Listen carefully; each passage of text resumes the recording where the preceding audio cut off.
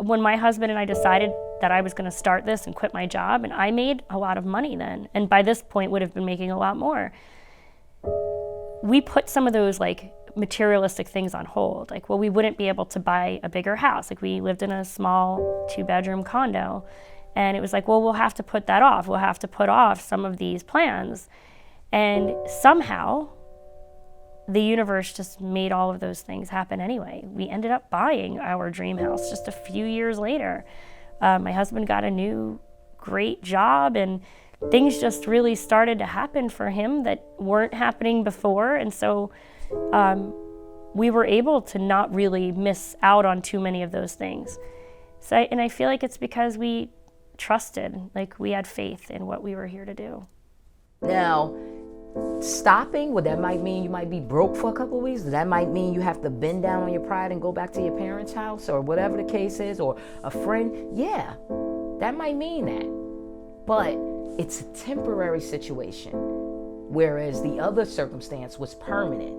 And I've done it before. I left my mother's house when I was 18 years old, never had to go back, had to go back at 35, stay there for 3 months with 2 children.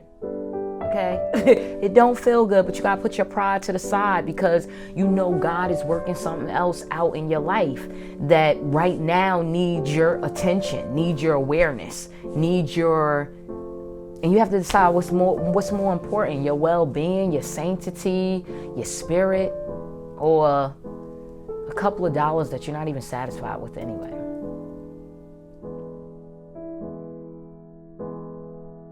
Even though I'm married, I have 3 kids, and I just bought my own building, I just started my own skincare line. It's funny, I think the busier I am, when I'm feeling so overwhelmed, and to take a step back, it gives me more energy to move forward, if that makes sense. It does the opposite of what people think. I think the busier you are and the more going on makes me want to volunteer even more. Wow, that's so cool. That's true. That's so interesting. And do you feel, I mean, you're pretty busy too. Do you feel I the am. same way? That I feel the it same way. recenters you, Sometimes or- some people in my family think I'm doing too much, but I don't think so. You know, the more that I can do, and I don't know. I think what Nicole says is true. You know, the busier you are, the more you want to do things.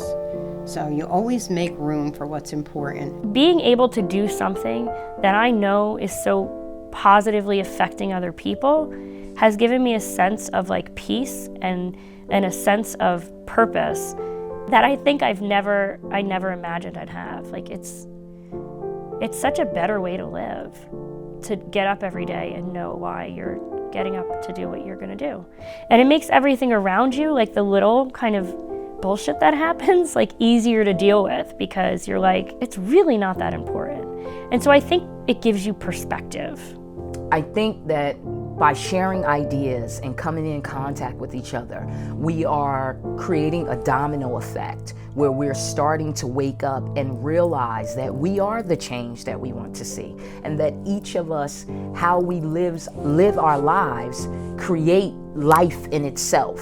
So I absolutely believe 100% that one person can make a difference, because like I said, we're all connected. It's like a disease, you know?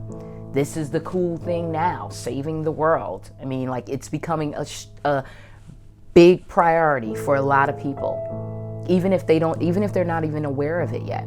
They're just in a miserable state, waiting, like, you know, that miserable state where you get so low that you have to surrender to the reality and realize the corporations don't know what they're talking about. Media doesn't know. My father doesn't know. My mother doesn't know. These people around me don't know. I didn't know. And saying, you know what? Today is the day that I'm gonna be the one to do something differently from everybody else. And before we know it, we're gonna all be living in a world like that. One person can change the world, but it depends on your definition of the world. What my world is, you know, maybe I can change. And if there were enough people, you know, and I think it, you know, it can be that you change your world, because the world is inside of us. And if more people in this world did that, we would not have a lot of the problems that we have. There's so many injured people out there, wounded mentally and physically, and it's, you know, really so sad. But you don't ever have to do any one great thing. You don't know what the results will be, but that's not why you do it. You just do it because it makes you feel good to do it. It's a good thing to do. My name's Danielle Galito. I was a foster mom in 2006 and adopted my daughter, Mia. And after that, I learned lots about the foster care system and decided that I wanted to do more.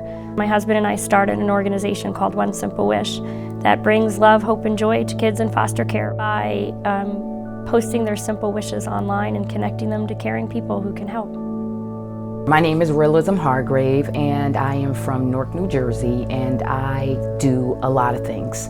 Anything that is about promoting the well-being of others and encouraging others to pull out their greatness. I have stopped people from committing suicide. I have encouraged people to start businesses. I have encouraged people to walk away from things that they needed to walk away from. I have protected people. I have done many things as God's servant, everyday situations, whether that's just giving somebody a hand, giving a little kid a couple of dollars for a piece of artwork that they scribbled on a napkin in a store, and I'm seeing that they're doing that, and I just want to encourage them to continue with their art.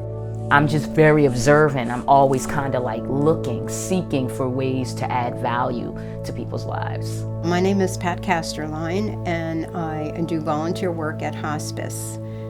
For about 12 years I've been doing that, but I also teach a yoga class and a healthy bones class at our senior center. I've got quite a large class of about almost 50 people in my classes, and I really enjoy that. I also sing in my choir at church, and but the hospice, I really enjoy doing that. I work at the office 1 day a week answering phones, but I also visit patients in nursing homes and in their homes. My name is Nicole Corbin. I've been with Hospice Volunteer since 1988. I own a day spa, a full-service day spa, and That sounds good.